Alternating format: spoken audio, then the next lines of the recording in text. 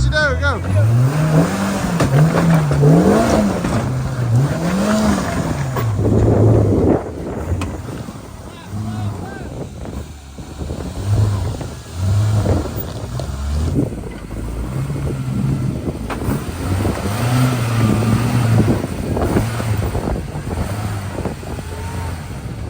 What's up, y'all? We just got here between Spooners and Outer Limits, and I'm not sure if I want to go back and do it again. It's pretty rough.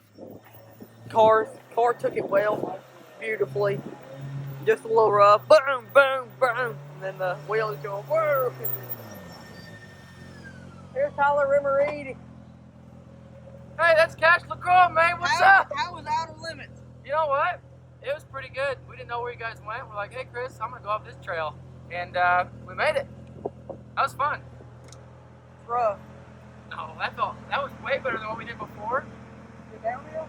No, when we started on idle issues. I like Idle Issues a lot better. Idle issues was like, we went for like the hard